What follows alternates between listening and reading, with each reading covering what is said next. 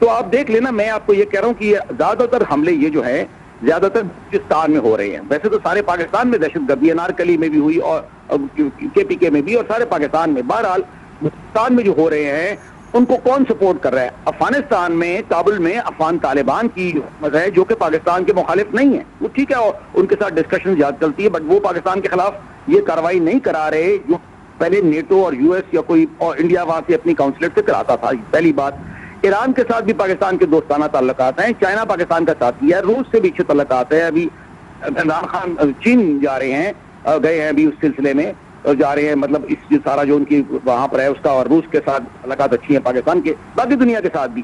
تو دشمن تو اس وقت انڈیا ہے آپ کا, اور تو کوئی دشمن ہے نہیں پاکستان. وہ یہ کرا رہا ہے اور وہ بڑے لیول پہ کرا رہا ہے اور بار کرا رہا ہے. اسی لیے کہہ رہا ہوں کہ ہمیں جو نیشنل سیکورٹی پالیسی ہے, پہلے بھی کہا دوبارہ دہراتا ہوں, اس کو ریکنسیڈر, اس کو دوبارہ کرنا پڑے گا کہ بھارت کے ساتھ آپ سبھی کر سکتے ہیں. بھارت بھی امن, جب وہ حملے کرائے گا, دہشت گردی کرے گا, کشمیر پہ ظلم کرے گا, مسلمانوں کو, بھارت مسلمانوں کو 20 کروڑ کو کرنے کی دھمکی دے گا, تو آپ کیا امن کریں گے؟ آپ اپنی پالیسی کو ہم صحیح طریقے سے جواب دے سکیں, جس کے اندر بھارت میں جا کے جواب دینا ہو. یقیناً سیکیورٹی فورسز کی جانب سے یہ ایک بڑی کارروائی ہے. دہشت گردوں کے دونوں حملے ناکام بنائے گئے ہیں. بریگیڈیئر ریٹائرڈ نادر میر صاحب ہمارے ساتھ موجود ہیں, بہت شکریہ. نوشکی اور پنجگور میں سیکیورٹی فورسز کے آپریشن میں 13 دہشت گرد ہلاک ہوئے. دہشت گردوں کے حملے میں ایک افسر سمیت 4 جوان وطن پر قربان ہو گئے. اسی حوالے سے مزید بات کریں گے. ہمارے ساتھ اس وقت ٹیلی فون لائن پر موجود ہیں بریگیڈیئر ریٹائرڈ فاروق حمید صاحب. ان سے فاروق صاحب کیا کہیں گے آپ؟ ایک بہت بڑی یقیناً یہ کامیاب کارروائی کی ہے ہماری فورسز نے, اور ہمیشہ دیکھنے میں یہ آیا ہے کہ پڑوس ملک سے اس طرح کی کارروائیاں کی جاتی رہی ہیں, اور اس بار بھی وہاں سے ریلیشن نکلا ہے ان دہشت گردوں کا. اس پر آپ کیا کہیں گے؟ بسم اللہ الرحمن الرحیم, بہت شکریہ. دیکھیں یہ تو بالکل ایکسپیکٹڈ تھا کہ جو انہوں نے پیچھے ایک دہشت گردی کی کارروائی کی تھی, بلکہ کئی کارروائیاں ہوئی ہیں بلوچستان میں اور اسی طرح اپنا KP میں. تو میں یہ سمجھتا ہوں کہ یہ ڈیو تھا, اور ایک بڑا بھرپور رسپانس جو ہے ویسے بھی ہم ایکسپیکٹ کر رہے تھے کہ وہ آئے گا, اور وہ ہوا ہے. اور میرا خیال ہے کہ یہ ایک سیٹ کرے گا ایک آنے والے دنوں میں کہ دہشت گردیوں جو وہاں پہ ہیں, BLA BRA جو لوگ بھی ہیں, اور جن کے تانے بانے ظاہر بات افغانستان سے مل رہے ہیں, اکراس انڈیا سے مل رہے ہیں, ان کے خلاف بھرپور ایئر اور گراؤنڈ آپریشن جو ہے وہ میرے خیال جاری رہے گا, وہ ہوتا رہے گا, اور جب تک ان کی ہائیڈ آؤٹس, ان کی بیسز جو ہیں وہ ختم نہیں ہو جاتے. اور میں آپ کو یہ بتا دوں کہ یہ ان کی پوری کوشش ہے ان دہشت گردوں کی کہ کسی طرح ایک دوبارہ صورتحال پیدا کی بلوچستان میں. CPEC کے وہاں پہ ویسٹرن کوریڈور جو آپ نے دیکھا وہ مکمل ہو گیا ہے. اس کے بعد CPEC کے باقی پروجیکٹس جو ہیں وہ روا دوا ہیں. ٹریڈ جو ہے وہ معاملات شروع ہو گئے, پاکستان, افغانستان, سینٹرل ایشیا, یہ تمام معاملات. تو یہ کوشش یہ ہے کہ ان کو کسی طرح سیبوٹاج کیا جائے, سلو کیا جائے, اور دنیا کو یہ تاثر کیا جائے کہ دیکھیں بلوچستان میں بے شک CPEC کے معاملات ہیں, لیکن لوگ جو ہیں وہاں پہ ابھی بھی دہشت گردی ہو رہی ہے, اور یہ جگہ پرامن نہیں ہے, یہاں انویسٹمنٹ کرنے کی ضرورت نہیں ہے.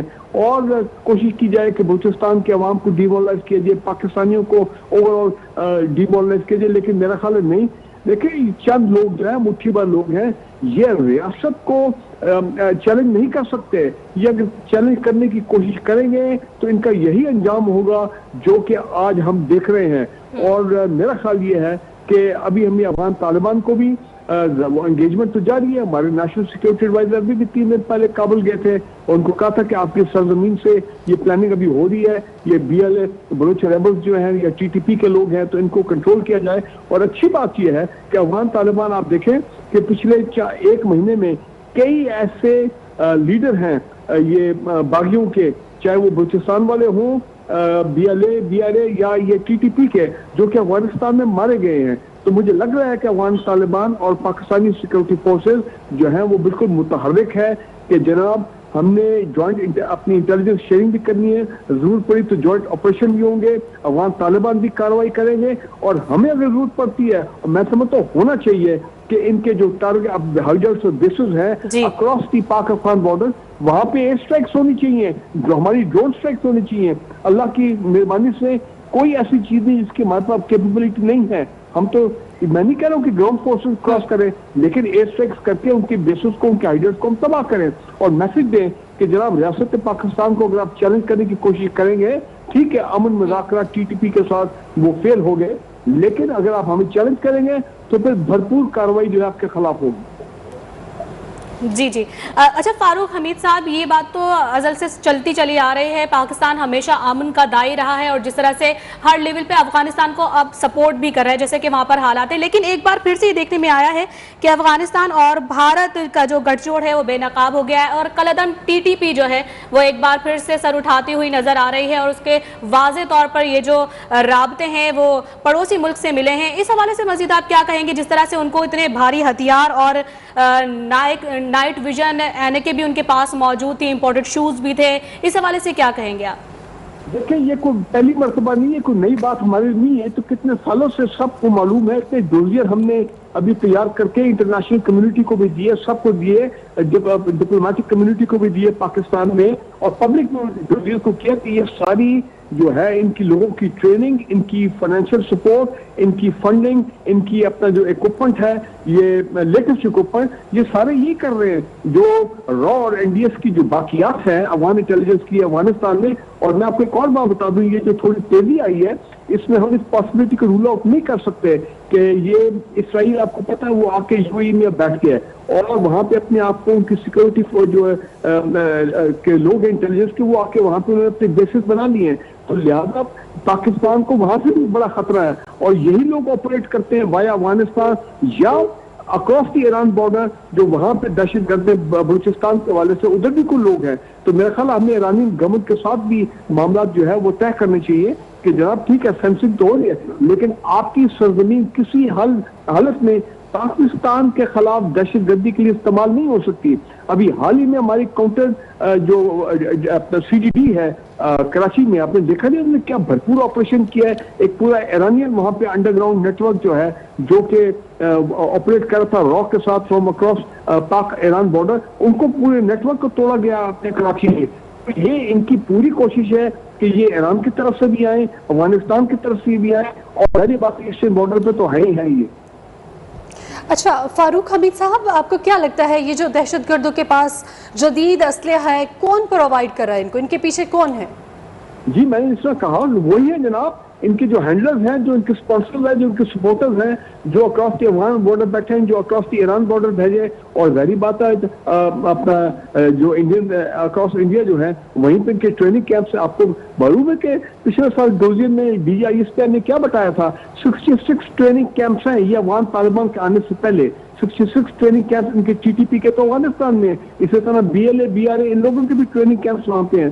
تو لہذا میرا خیال ہے یہ بھرپور آپریشن جو ہے ایک مرتبہ نہیں جاری رہنا چاہیے، اور یہ جو کوشش کر رہے ہیں کہ یہ بار بار حملے کریں اور پھر ظاہری بات ہے سیکورٹی پرسن جو ہے وہ بھی شہید ہوئے، تو میرا خیال ہے یہ تو we should hit them and we should hit them very very hard. اور میں نے کہا کہ جائیں across the border, air strikes کریں، ڈرون اسٹرائکس کریں ہم، اور ان کو ماریں وہاں پہ جا کے۔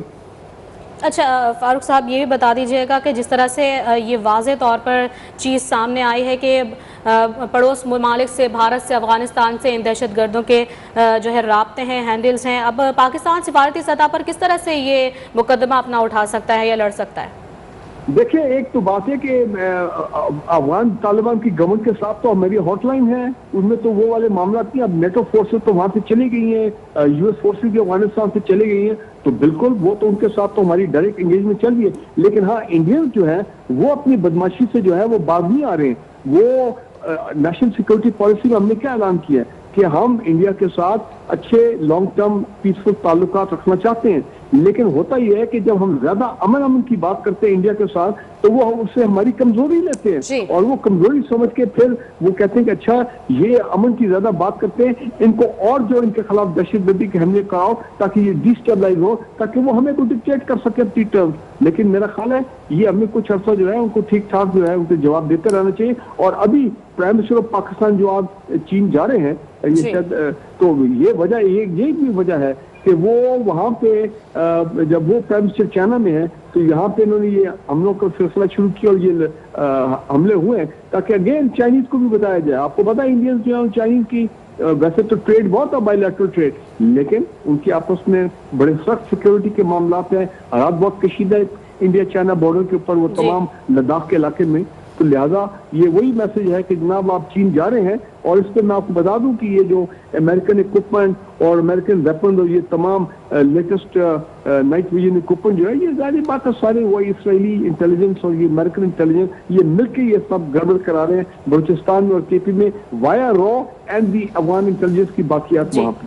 اور افغان طالبان اوورال تھوڑی بہت انہیں کمزوری بھی نظر آتی ہے. ان کو وہاں پہ اپنے کھانے پینے کے لالے پڑے ہوئے ہیں, ہیومینیٹیرین اسسٹنس کے لالے پڑے ہوئے ہیں, پیسے ان کے پاس ہے نہیں ہے, ان کو ریکگنائز کسی نے کیا نہیں ہے. تو ایک لحاظ اس لحاظ سے بھی افغان طالبان کی گورنمنٹ کی وہ جو جس طرح استحکام آنا چاہیے معاشی طور پہ یا اور سیکورٹی پوائنٹ آف ویو سے, وہ ابھی تک ان کا کنٹرول جو ہے وہ نہیں بنا پورے ملک کی. جی بالکل, سیکیورٹی فورسز نے دہشت گردوں کے دونوں حملے ناکام بنائے. بریگیڈیئر ریٹائرڈ فاروق حمید صاحب ہمارے ساتھ موجود تھے. سر بہت شکریہ آپ کے وقت کا. نوشکی اور پنجگور میں سیکیورٹی فورسز کے آپریشن میں 13 دہشت گرد ہلاک ہوئے, جبکہ دہشت گردوں کے حملے میں ایک افسر سمیت 4 جوان وطن پر قربان ہو گئے ہیں. سیکیورٹی فورسز نے دہشت گردوں کے دونوں حملے ناکام بنائے ہیں. ISPR کے مطابق سیکیورٹی فورسز نے علاقوں میں کلیئرنس سرچ آپریشنز بھی کیے ہیں, جبکہ نوشکی میں آپریشن کے دوران 5 دہشت گرد ہلاک ہوئے ہیں. اور ISPR کے مطابق دہشت گردوں کے افغانستان ہینڈلرز بھارت کے ساتھ رابطے بھی تھے. ایک جانب بھارت کی جانب سے امن کا پرچار کیا جاتا ہے تو وہیں ملک دشمنی عناصر بھی ان کی جانب سے سرگرم رہتے ہیں. اور ایک بار پھر دیکھنے میں آیا ہے کہ بلوچستان کے امن کو غارت کرنے کی ناکام کوشش کی گئی ہے بھارت کی جانب سے. اور آپ کو بتائیں کہ بھرپور سیکورٹی فورسز کی کارروائی بھی سامنے آئی, جس کے نتیجے میں آپ کو بتائیں دہشت گرد جو ہیں 13 دہشت گرد جہنم واصل کیے گئے ہیں اور ایک آفیسر سمیت 7 جوان اس عرض وطن پر قربان بھی ہو گئے ہیں. افغانستان اور بھارت کا گٹھ جوڑ ایک بار پھر سے بے نقاب ہو گیا ہے. آپ کو بتاتے چلیں کہ سیکورٹی فورسز نے کامیاب کارروائی کرتے ہوئے 13 دہشت گردوں کو جہنم واصل کر دیا ہے. اور ابھی آپ کو براہ راست لیے چلتے ہیں. وزیر داخلہ بلوچستان پریس کانفرنس کر رہے ہیں. گردوں کے ہاتھوں ہمارے جوانوں کے ساتھ لڑائی ہو رہی ہے اور جوانوں اپنی جانوں کا نذرانہ اس ملک کے لیے پیش کر رہے ہیں. اگر اسی طرح ہمارے جوان ہمارے فورسز اس ملک کے دہشت گردوں کے خلاف کوئی کارروائی کرتے تو ہمارے یہاں کے پولیٹیشنز ہمارے یہاں کے لوگ اس کو جو ہے ان کے خلاف ہڑتال بھی کرتے, ان کے خلاف اسمبلی میں جو ہے وہ بھی جمع کرواتے اور ان کے خلاف جلسے جلوس بھی کرتے. لیکن ہماری مورل کریکٹر اس طرح ہے کہ ہم اس ملک کی ہر چیز کو یوز کرتے ہیں, اس ملک کے وسائل کو استعمال کرتے ہیں. جب ہم اس ملک کے وسائل کو کہیں لگاتے ہیں تو ادھر اپنا تختیز لگاتے ہیں کہ میں نے اس 1 کروڑ 1.5 کروڑ 2 کروڑ سے ایک چیز بنایا ہے, آپ لوگ کے لیے لایا ہے, آپ لوگ مجھے ووٹ دیں. لیکن اتنے بڑے حادثے کے بعد چاہیے آپ اس کو سیکیورٹی کے مسائل کہیں, سیکیورٹی لیپس کہیں, تنقید اپنی جگہ, لیکن کم سے کم اپنے ان جوانوں کے شہادت پر ہمیں اظہار افسوس جو ہے وہ ہمیں ہمارا اخلاقی فرض بنتا ہے, جس میں میں سمجھتا ہوں بہت سے وہ لوگ جو اس ملک سے ان کا ہر چیز وابستہ ہے اور اس ملک کی ہر چیز کو ہم اپنی اس کے لیے استعمال کرتے ہیں, لیکن جہاں ہمارے سیکیورٹی فورسز کے لوگ دہشت گردی کا شکار ہوتے ہیں ان کے لیے ہم میرے خیال میں بولنا بھی کچھ لوگ مناسب نہیں سمجھتے. بالکل جاری. وزیر داخلہ کوئٹہ میں وزیر داخلہ بلوچستان ضیاء لانگو پریس کانفرنس کر رہے ہیں. ان کا کہنا ہے کہ ہمارے نوجوانوں کی شہادت پر ہمیں افسوس ہے. خبروں کا سلسلہ جاری ہے, یہاں وقت ہوا سے مذمت کی گئی. وزیر اعظم عمران خان کا بلوچستان میں دہشت گرد حملہ ناکام بنانے پر سیکیورٹی فورسز کو خراج تحسین.